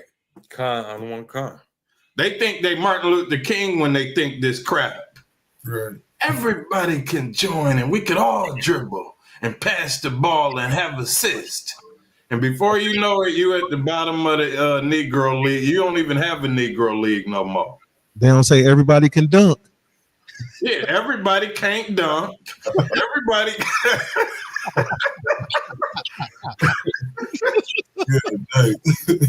Nobody's saying that everybody could do this stuff, but when it comes to including everybody else, now it's time to be equal and ignore the facts that I don't even get it how that could even happen. The only way that could happen is, like the Lord say, he gonna put a strong delusion on you. That's the only reason how I could see that we don't know our own talent and we just decide to join with a bunch of weak people. What would make us go to a damn all-white baseball league? If I may, sir. Go ahead. Stockholm Syndrome. Okay. All right. I was losing it. Sometimes I forget this stuff. Stockholm Syndrome is the answer. Man. And you got Stockholm Syndrome because you disobey the laws, statutes, and commandments of the Most High. Damn right. Period. Right now, go ahead. Who was that? Go ahead. So what I was saying, sir, what's so heavy about what both of you are saying is that, you know, even not just in basketball or in football, if you look at our women, right, look at who's ran gymnastics for the last so many years. Black women, right? You get Dominique Dawes to, what's her name? Gabby, the new young chick, she married the football player, Gabby, right? She doing stuff on the bars that, you know, they said that she has to have. They started testing her for, what was that? Testing her for steroids because they said that women not supposed to be that strong and athletic. No, your women ain't that strong and athletic. Matter of fact, she is what you call a strong word. She's a Judite. She's a Judite. Judite flips out there. If I wouldn't be surprised if she was to do a flip in the air and stay in the air for 5 seconds and then come down. I think she has done that already, brother. I think she done that already, and you ain't seen the highlights yet. That's probably what it is. I missed it. I'm gonna have to find it. Okay. All right. One of the things I love about this article And I guess after you get I don't know, after you studying this under Commander General Yohana and all these captains and officers so long, it's just certain things that they can put in print and automatically, for me anyway, I'm old, so I'm gonna call bullshit on it. And that's what I was doing with this article. Oh, the Negro League. Oh, it's so the Negro bullshit. I'm calling cap on all that. It said right in the article that these people took care of their hoods playing baseball. Right. Made big money, and that just playing baseball by 1940, that was considered the largest, that's money making wise, so-called African American enterprise in the whole country. Now, here go a heavy part. Let's stop acting like it was so hard for us to do that. When you got a bunch of a large race of people that sat back and did nothing, didn't exercise, didn't do nothing because they had slaves. These people just lazy, fat, just walking around with no energy at all. And then you got a Negro who got the genes of an ancestor that didn't do nothing but work. Right. You think he not gonna dunk? He dunking by default. You know what, sir? And what's so heavy about what you're saying? I was reading in the book of Josephus, and in the antiquity of the Jew, it said that the Egyptians had became lazy because the Jews was busting their ass working so hard. So that's not just any captivity we under, our oppressor get lazy. Yeah, everybody gets lazy because we end up doing all the work. The only thing they do work out is whipping on us with them whips and them using that weaponry against us. That's when they got to fight like hell. Mm-hmm. That's their workout, is using weapons and wickedness. Like I was saying earlier, add to something Marshall said too is, Marshall was speaking about the revenue that the fans were bringing in, and you got to remember there was a large community of whites that were coming to our league. Like, we're also getting money coming in from our oppressor. You know what I mean? Like, to what Kodash is speaking about, to the economics, like, we're making money off other races of people, and we're taking this money and putting it in our community. And so y'all was talking about something earlier that made me get on here. Y'all was talking about the Rucker games and the one games, the start of all of this talent, of where we start off playing and competing with each other and striving for mastery in the hood, playing these sports and certain things, and we end up getting a whole a large portion of popularity. That's how all businesses start. We end up, getting the attention of the people around us, and everybody loves it. And that's that. That's Joe down the street. He loves boxing. He the best boxer. Right. Just word of mouth end up becoming our fame, and that's what it is. That's how it always is, especially with our cooking. Like you said, they'll start these baseball games or basketball games, end up creating a whole event like the Rucker games out in Harlem. Before you know it, women start bringing food, people start bringing drinks, people start shooting dice, and it's an Israelite party now. Yes, sir. With no violence. Huh? Everybody getting paid out of one. Yeah, so that is a major thing right there. How we operate with each other, and then what happens is boring people who don't do any work at all. They're so boring in their neighborhoods, they end up integrating like they're doing out in Detroit. When I used to go downtown at the casino 10, 15 years ago, it was not large mobs of white people going to watch baseball games like that. It was, but you would only see them when they go to the baseball game. Now you just see large mobs all the time. It's because they're bored and tired of being around each other that they decide to come in somebody else's territory. And then once that happens, we start integrating with them, figuring out a way to justify that they bringing money to us when we already had exactly what we needed in our own community. But I ain't gonna throw y'all off. Go ahead. If I may, sir. And the generals have said this 1,000 times. If it wasn't no money in the black communities, how did the drug dealers get paid? How did they get? How you got these big time drug dealers that what's his name? Like Frank Lucas, and all those guys, and White Boy Rick. If there's no money in the neighborhood, how these cats getting paid? Because there's money in them streets. There's money in them streets, and that would it be money in the streets? The oppressor, right? The Bible says that the love of money is the root of all evil, and that evil ass oppressor gonna figure out a way to get that money. You right? know what?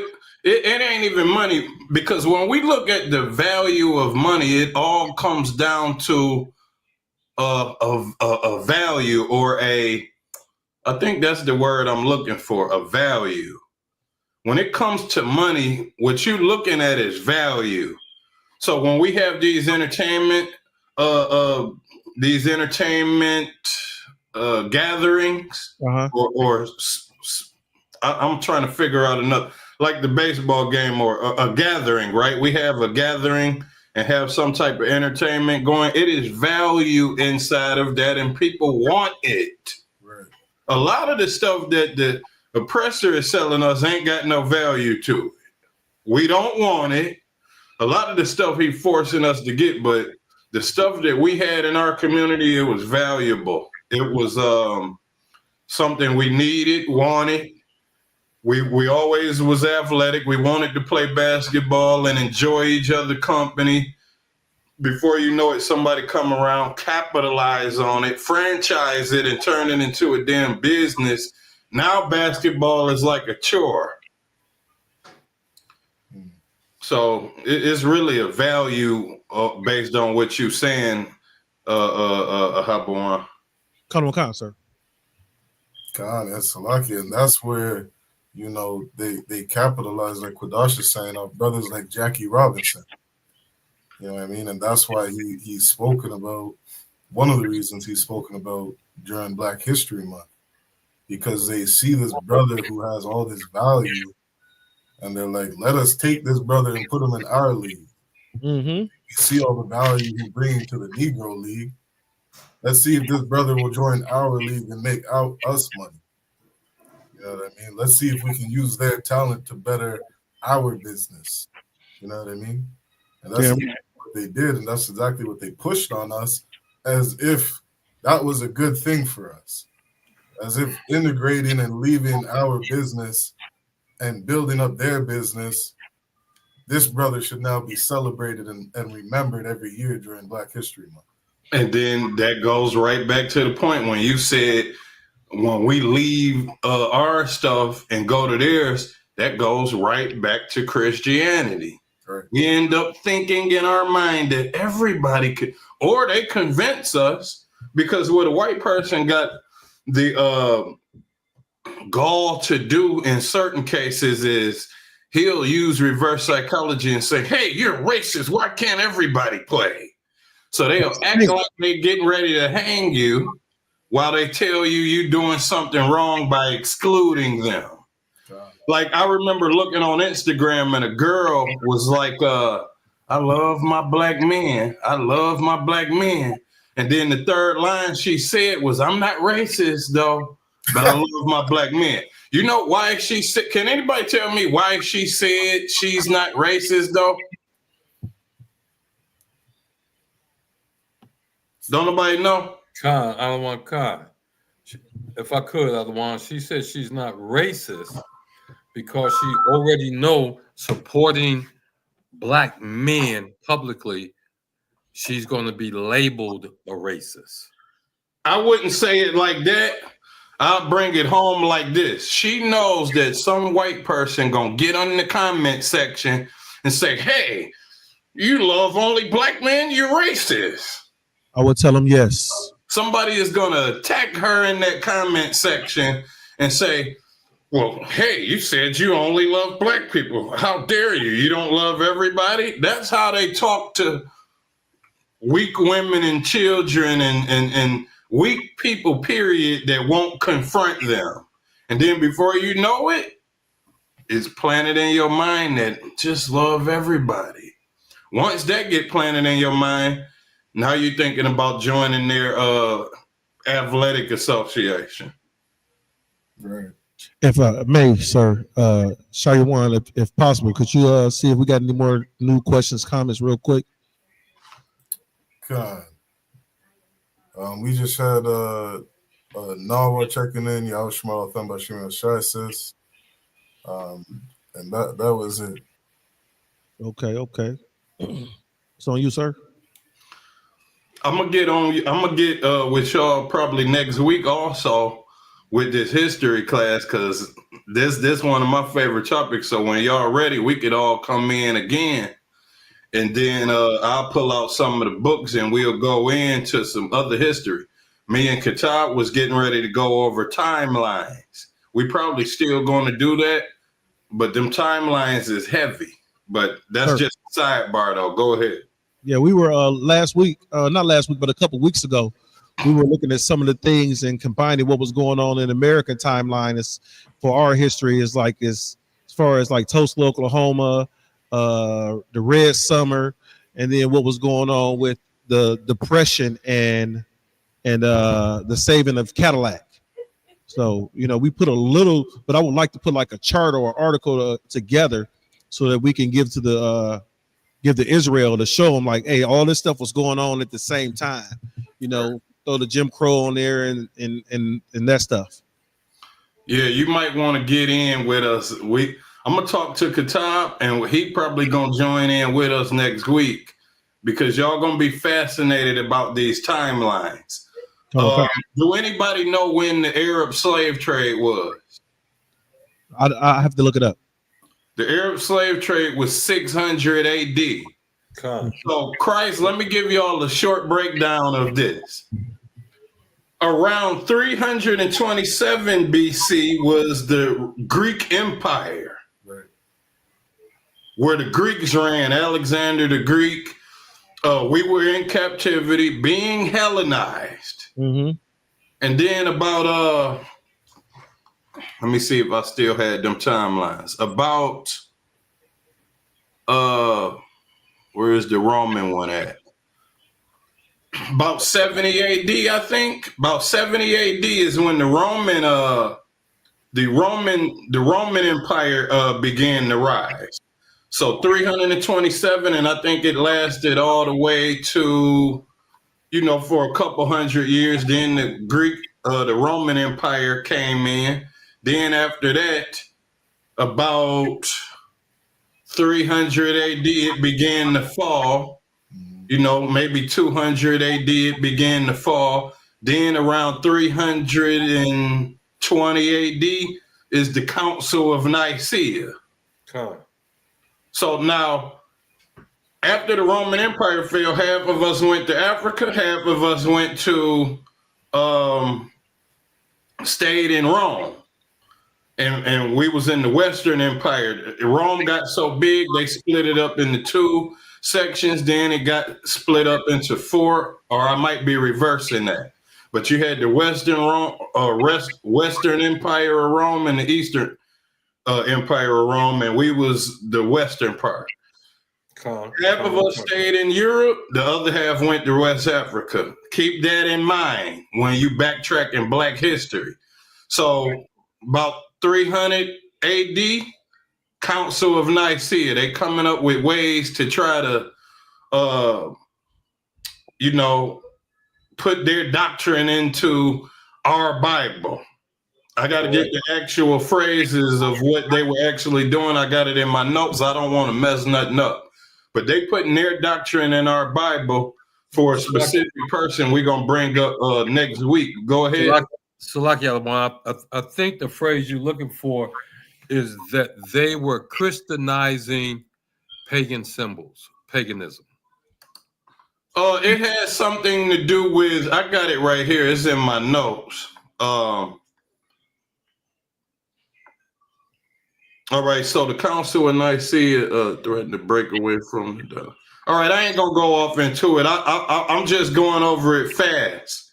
I'm not trying to give everybody everything, but the Council of Nicaea, they start putting the false doctrine off in our Bible. That's 300 AD. At the same time, black people, now they're sitting back planning. At the same time they planning and doing all this stuff with the Council of Nicaea, we are rising up in Europe, becoming a power over there, and it's becoming the Dark Ages, where we running everything. 600 AD, our other brothers that went to West Africa is getting put in slavery under the Arabs. So now, while the Romans over here in Europe is thinking of a plan to put the doctrine and all of that in our Bible, the Arabs is populating all over the damn world and spreading Islam all over the world. White people catch on to it and they start up the Crusades later on down the line, which is the year 1000 around that time. So while we over there getting killed, America joins in to spread Christianity all over the place. Now, I had the timeline of the Judaism, but I forgot that one. We'll leave that out for now. So now you got those things happening. The Crusades is the physical aspect of the Council of Nicaea. They plan, now they doing it. And then you have, after that, you have the Renaissance era, where they start changing up the images. And then, you know, we ended up in slavery, so on and so on. But these timelines is so close. The timeline of the Persian Empire and the timeline of the Roman Empire is like 60 years apart from each other. I mean, the time of the Greek Empire and the Persian Empire is damn near 60, 70 years apart. If I may, sir. Go ahead. Are you 100% that you want to do this for next Monday's class? Yeah, I got all of the timelines and the notes right on the computer. I just didn't want to give everybody a go over it because I want to be prepared. I ain't want to go get the glimpsing through each thing. Understood. But I got all of the timelines right here. We could go over that next week in the history class. I'll say if possible, you can send me those things. That way we can add some stuff to it. Sorry, around on myself. So just in case, you know, you may have to go to a slave or something like that, we can bring that information out. Now, what we will do is go in reverse, because what we want to do is show black people where they were before. That was the whole purpose that I came up with them timelines like that. And it's not new to anybody else that study history, but it was new to me and Katab when we was going through it. We was backtracking where we came from, because all our people know is we came over here in slave ships. They don't know about the Dark Ages where we ruled over Europe for 1,000 years.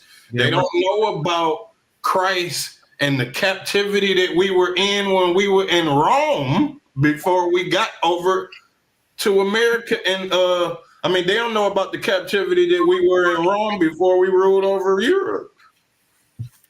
Sir. So if I may, you know, since you're on the forefront, you mind taking us out and when we get into that next class? Oh yeah, this is the ending of the class. Y'all could go ahead and close it out. No, we got to take it out a certain way. Sorry, you want to handle it? Here.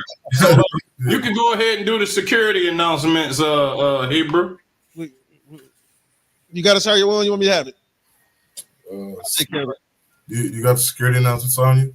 No, we usually don't do the security announcements on the Monday class. Well, you can. You could do them. They right near you. Yeah, okay. I'll go ahead and do it that way, sir. All right. So, let's see where they're at.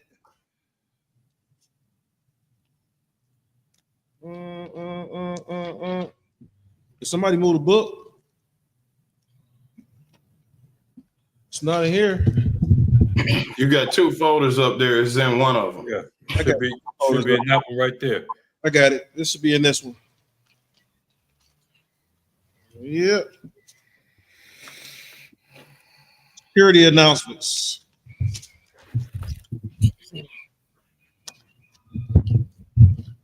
We are the ISUPK, started at 1 West, 125th Street, Harlem, New York. Rules for new brothers and sisters: when a new brother or sister comes into the school, they are off limits for 6 months. They are to be saluted only. They are here to shed themselves from the world. If they need transportation, the teacher will arrange it for them. After 6 months, if a brother or sister has interest in a particular person, he or she must get permission from the head to speak to the brother or sister.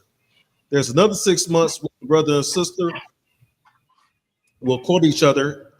After this 6 month period, the brother and sister will get permission from the head to marry. Tithes, a commandment, Numbers 18 and 21, Malachi 3, 8 through 10. Ma'ashera, which means a tenth in the Hebrew, 10% of every penny or increase the Lord gives you, give to the Treasury Department, teacher, or the teacher. Priest fund, free will author, not mandatory, whatsoever amount you would like. Holy convocations coming up. What's we got going on in March? What's that, 15? The Pizza Purim? We got a Sabbath each and every Saturday. It's March the 13th. Let me it's Thursday the 13th of March and Friday the 14th, 2025. And then we have the Passover coming up in April right after that. Just a reminder, if anybody would like to join the school, black headbands, boots, pants, scarf. If anyone wants to become a trooper in the school, start wearing all black, boots, scarf, pants, headband, and scarf. With that being said, give a courtesy salute to the instructor, Mina Israel Majid.